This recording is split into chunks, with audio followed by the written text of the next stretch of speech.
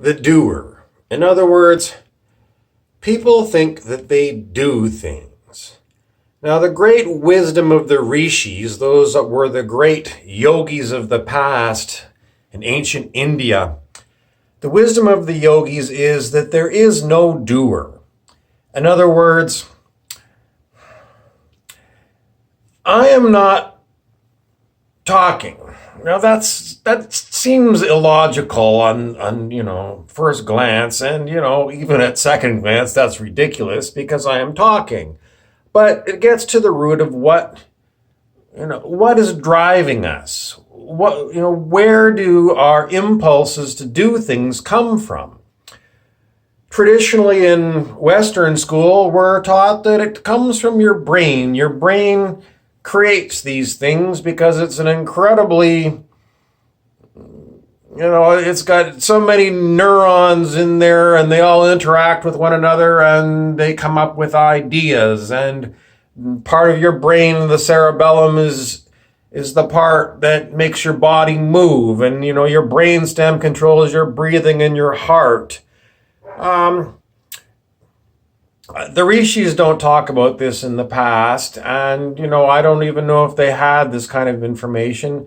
Ancient civilizations, the solar system is 3.8 billion years old, so we might have had ancient civilizations that were as advanced as us and maybe more. We don't know, but the wisdom of the Rishis that's passed down through the stuff that you get out of the Hindu tradition of India is that there is no doer. That the stuff that comes to you, it comes from one thing, it's the self is what some of them call it, capital SELF. And it's not your little self, when I say myself, it's not myself, it's the enormous self of the multiverse, the universe. And I say multiverse because people now say there's not one universe, there's multiple universes. But there's one self. In other words, the whole thing is one being, and it puts us in what is known as Maya, M-A-Y-A, which is a great illusion. And the great illusion is like in the Matrix movies, where Mr. Anderson found out that he was in a simulated reality.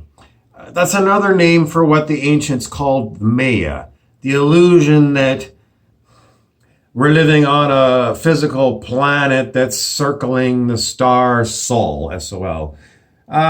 It's a very good illusion, and for the most part, it's what we work with day to day,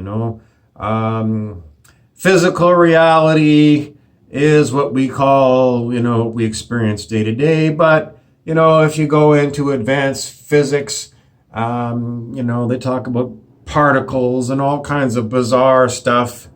The double slit experiments with light and whether light is wave-like or particle-like, and all kinds of the Copenhagen interpretation of this and that. And, quantum physics, somebody said that if you think you understand it, then you don't understand it at all. And, that it's basically the scientific way of looking at Maya, M-A-Y-A, the ancient Indian Rishis version of the Matrix. And, for all intents and purposes, for day-to-day life is a physical place, and we see physical things, trees and lawns and highways and cars and people. But if you meditate for a long time at the top of a mountain or in a cave or, wherever, and you're taught that what you're supposed to do is just be quiet and watch thoughts arise in your head. And lo and behold, when you do that, they do arise, and then your teacher will tell you, now, just watch these thoughts. Don't identify them as being your thoughts. And when you do this for a long enough time, you see that really they do come up, and they have, sometimes they're bizarre thoughts, sometimes they're useful thoughts, but they're thoughts. And saying they're your thoughts is what the Rishis say, it's kind of a mistake. So there's your part one of being in the Maya, M-A-Y-A, or simulated reality, or the Matrix, and the capital S, self. And I'll do some more videos on this for you. Today I'm wearing my No See 'Em hat and Bob Marley, because it's a lot about love and, community and, trying to educate people about the nature of reality without blowing your mind too much.